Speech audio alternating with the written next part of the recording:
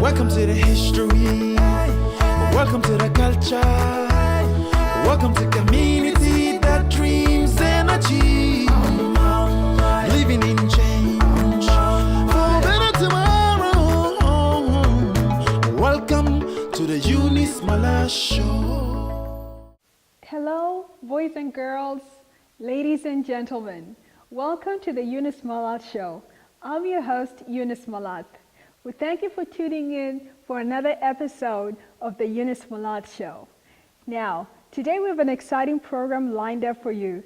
We have the Dinka Wheel traditional dancers from South Sudan who are going to perform for us. This is going to be followed by a media expert by the name of Mr. Jim Nelson. Now, Mr. Jim is going to go ahead and talk to us about his profession. He's been in the media, he's run TV stations and broadcasted news for over 40 years. So he's going to go ahead and impart on us some of his knowledge. Then we'll follow this with some reggae dancing that I'm going to teach you guys. And lastly, we'll have Miss Natalie Zambakari, the former Miss South Sudan USA, talk about her experience as being a pageant winner. So let's go ahead and start the program.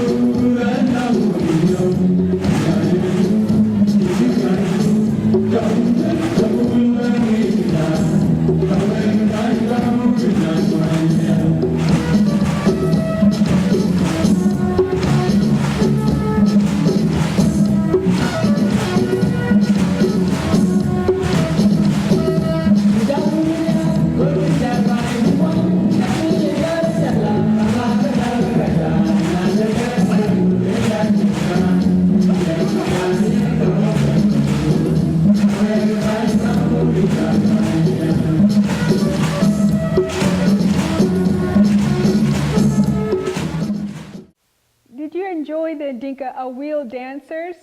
Yeah, absolutely. I sure did. And I love the colors of the clothes that they're wearing. They're so bright and colorful and so rich. Absolutely so. Next is a media expert by the name of Jim Nelson. Jim Nelson has more than 40 years of experience working in the media sector.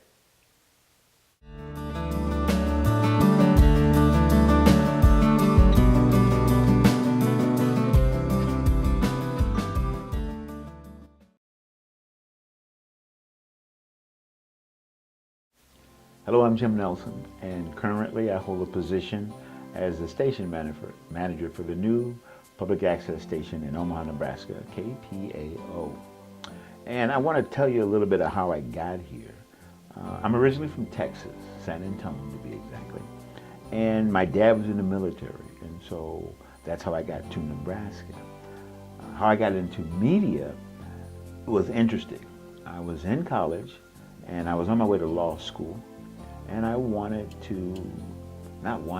needed a job. So I went to a TV station because, you ready for this?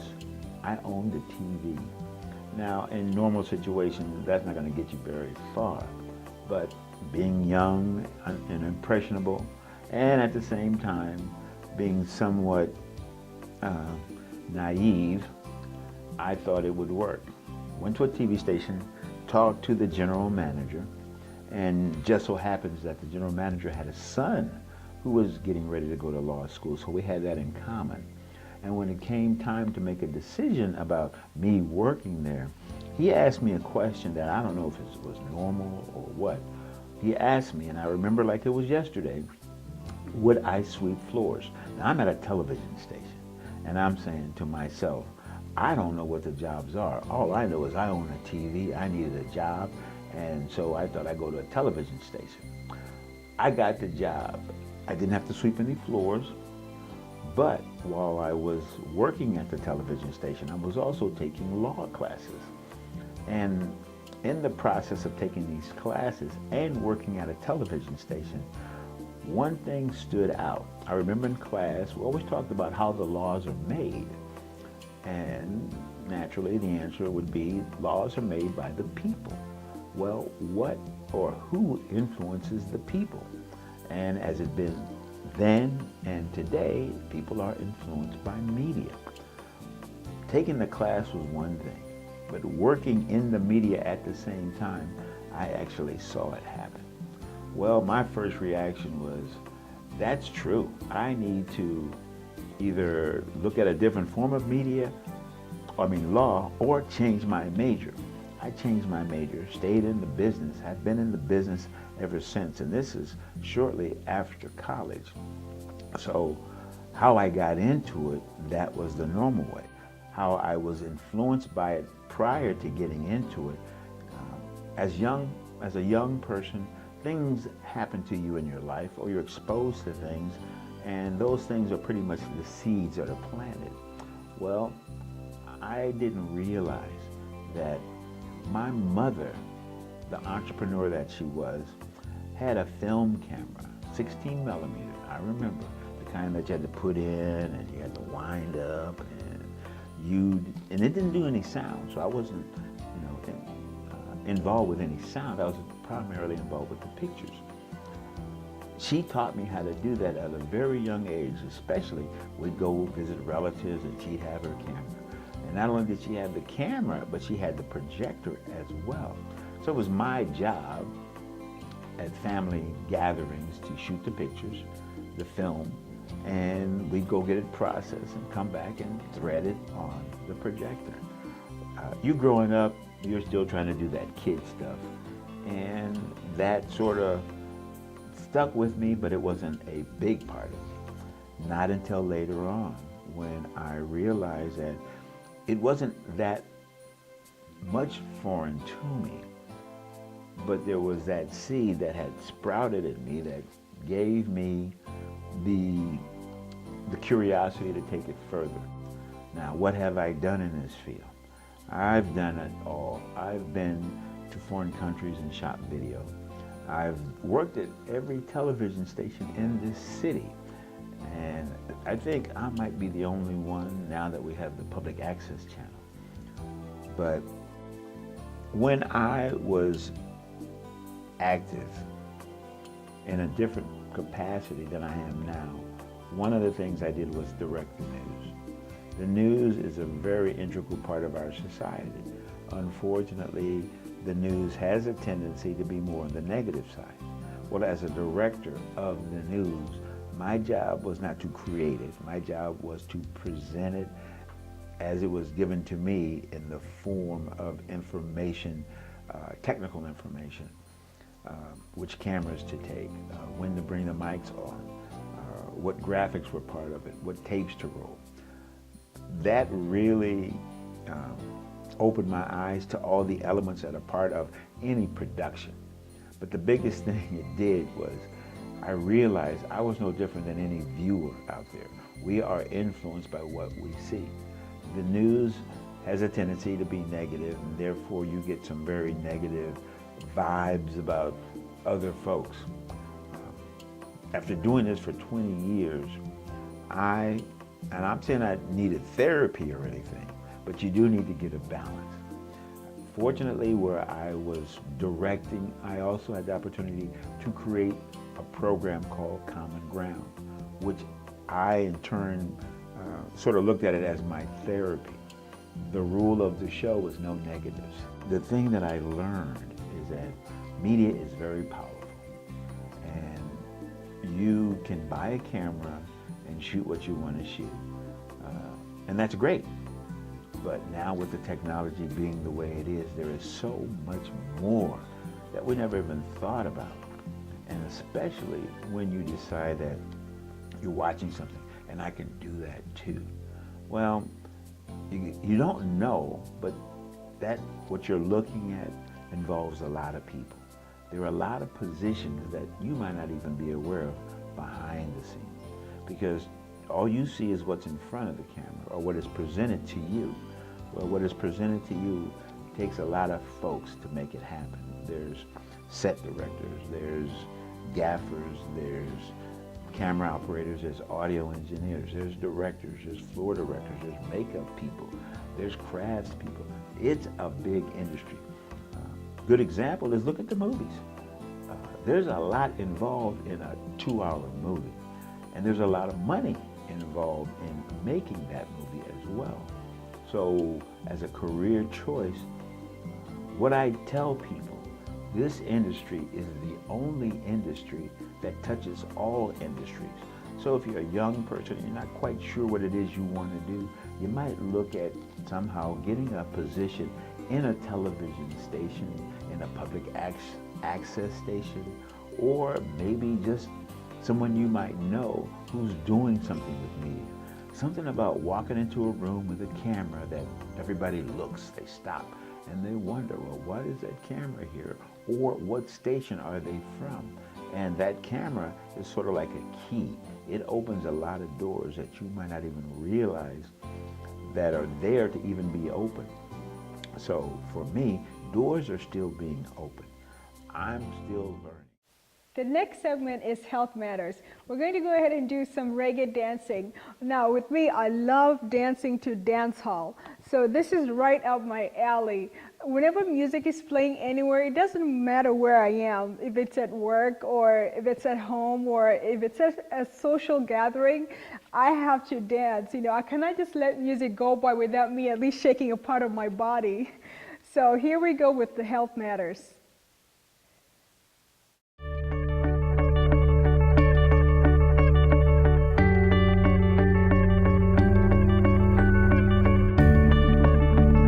Welcome to Health Matters. Now I have a question for you. How many of you listen to reggae music, specifically dancehall music? Well, if you do, that is great. If you have not been introduced to it, well, now I'm going to go ahead and introduce you to it. On today's program, we're going to go ahead and do a little bit of dancing, and we're going to dance to some dancehall music. Now, the first routine that we're going to start with is we're going to go ahead and part our legs slightly like this, and we're going to turn to the side just a little bit. And what we're going to do is we're going to move our shoulders just like that in a slow motion, and then we're going to add our hips into it. So we're going to go like that and sort of sync them together.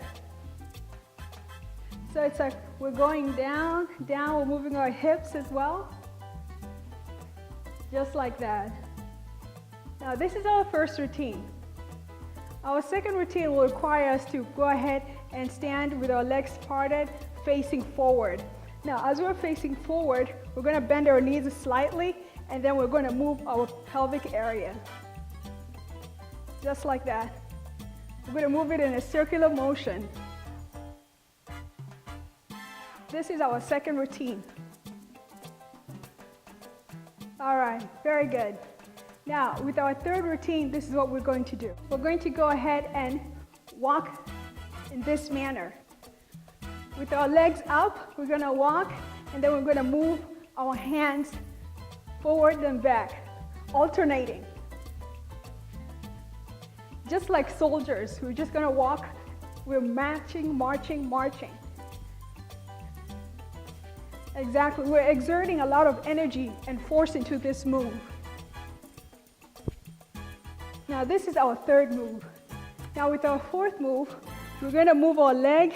We're gonna start with the right leg. We're gonna move it in this manner. Lift it up a little bit from the floor.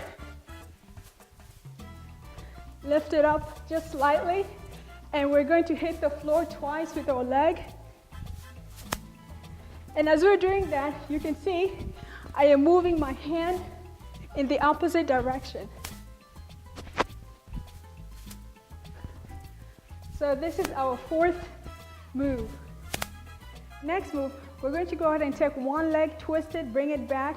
The next leg, twist it, bring it back. Twist, twist, twist, twist. At the same time, you're turning your body. Twist, twist, twist. And you can see also the hands go in different directions. All right, so with this move, what you do is to expedite it, we move like this. Let us go ahead and practice the routine one more time. So we're going to go ahead by extending one leg forward, the right leg, turn our body to the side. While we're moving our shoulders, we're moving our pelvic area, just like this. Very good. Keep on turning. And you can go down, rise back up. Go down, you rise back up again. Now with our second move, we're going to face forward just like this, and then we're going to move our pelvic area in a circular motion. Very good.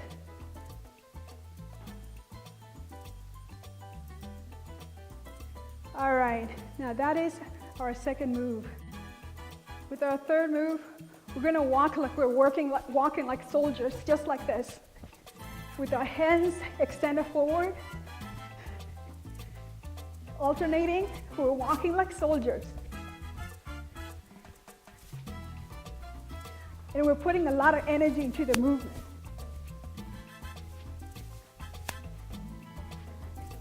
Okay, now with our fourth move, we're gonna go ahead and move our leg from the floor. Start with the right leg, move it, tap it twice. And then we're gonna add our hands to it. But during the routine, with the music, we would have incorporated the hand movement and the leg movement as one.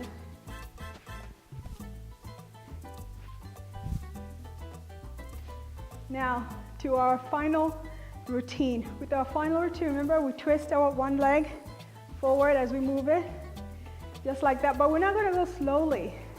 So I don't want you guys to start dancing and then you dance in this manner, because we're going to go very fast, just like this.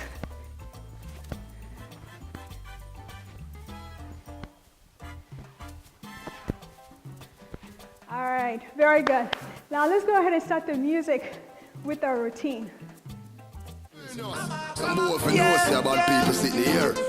Swear to God, every time I step out of me yard, me look clean. Yeah, me.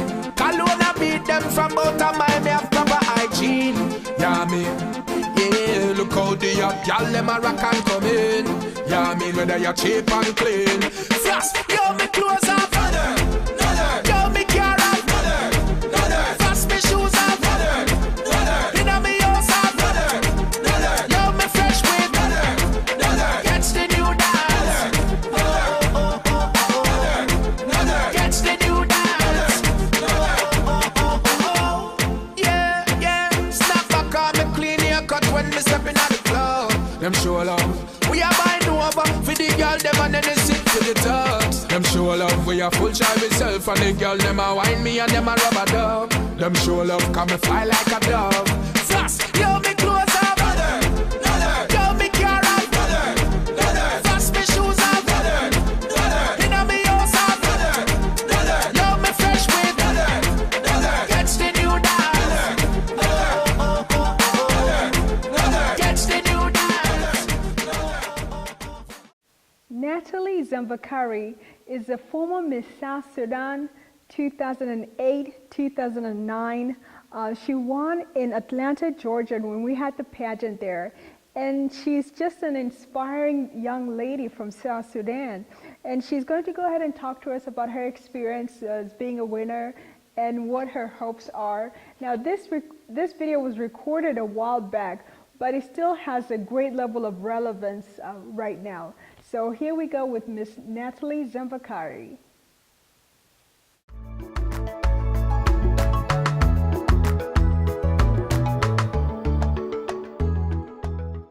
Today we have with us here a great guest who is none other than Miss South Sudan 2008-2009, Miss Natalie Zambakari. Thank you for having me, Eunice. It's great to have you here and truly an honor to have you here as well. You know what? I'm one of your biggest fans. I watch your show every night. Oh, thank you for the support. Greatly appreciate it.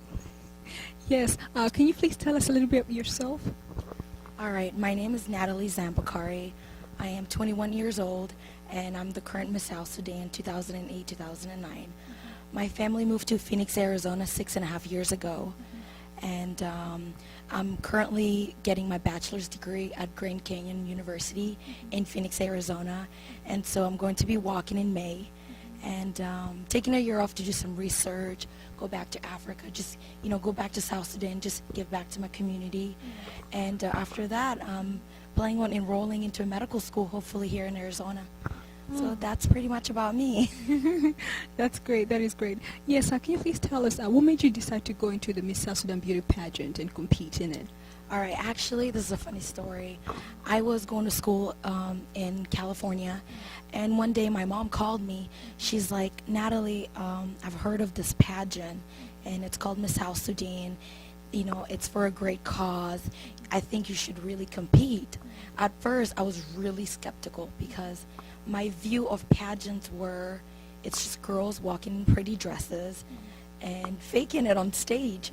So, not to judge a book by its cover, I went online to www.misssouthsudan.com.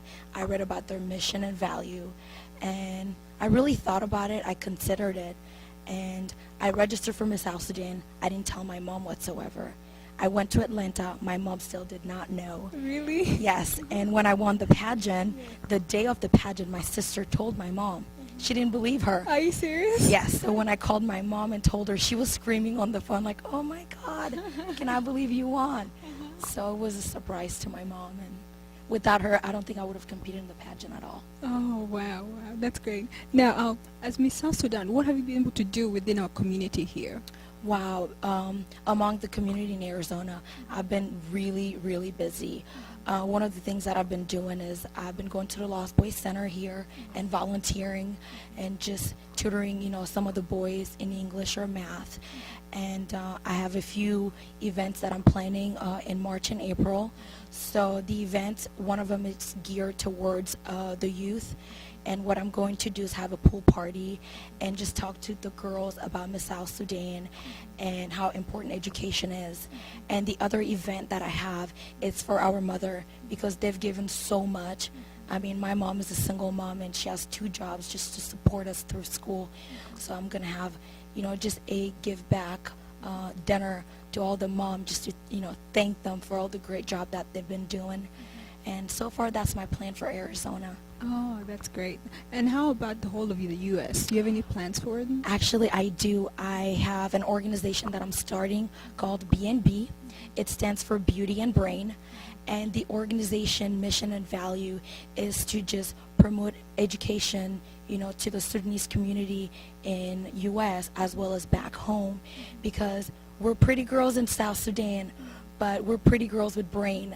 And a lot of people sometimes, they just look at the beauty part, they don't look at the brain. So I just want to put an emphasis that we're beautiful, but we're beautiful and smart at the same time. So I just want to promote that in my community here in the U.S. as well as back in Sudan. Oh, that's great. That's great. Now, have you been to Sudan at all? Well, I was born in Sudan, but I'm planning on going back in May. I'm waiting on my passport to come in, my traveling documents. So I'm waiting on, as soon as I get it after graduation, May 3rd, I'm going to go back to South Sudan for 2 weeks, and then I'm going to come back before I hand over my crown. Oh, okay. Now, when did you come to America? My From family. Sudan. Well, I was born in Sudan. After the war started, we went to Central Africa with my mom. And we moved around from Central Africa to Rwanda, back to Central Africa because of the war in Rwanda. And then we moved back to Congo. And after Congo, we came down here after my parents got a divorce. So I left Sudan in 1991. Now, you know, the way that you look is not quite similar to what a lot of the Southern women look like, you know. Is your mom African or is your dad African? Well, actually, my mom is Sudanese. My grandpa is Balandabor, and my grandma is Balandabazia. When I was born in Sudan, we grew up around Zande people, so I speak Zande. A lot of people think I'm Zande, but I'm not. My dad is from Belgium. He's European, so that's why I might not quite look like the typical Sudanese girl, but I'm very Sudanese. Do you like eating a seed at all, or do you know what it is? Mulakudra, bamia. You know all that? Yes, that's all we eat at my house. Really? We don't go on any diet. My mom, every night, she comes home from work and makes dinner. And one of her favorite things to actually make is she makes kisra. And then she makes mulaweka. And we eat it, you know, how we eat, how Sudanese eat. Yeah, with our fingers. Yes, You know, we gotta girl, use you it. wash your hands and then you eat, yes. Yeah, that's great. That's great. Now, as a Southern woman, you know, what are some of the things that you've seen within our country that you think that we as women or we as people who are leaders within our community can change? You know, as a woman and as a Southern Sudanese woman, what I think we should really change is the way we view women, because without women, we wouldn't really be here today. You know, our mothers are, what I would have to say, they're the backbone of society. Without them, our father wouldn't really go to work, come back home, and be, you know, stress-free. We have come to the end of our program. We hope that you enjoyed yourself, and we hope that next week you won't forget about us. You'll tune in, same time, same place, here on KPAO. Thank you. If you believe, you can achieve.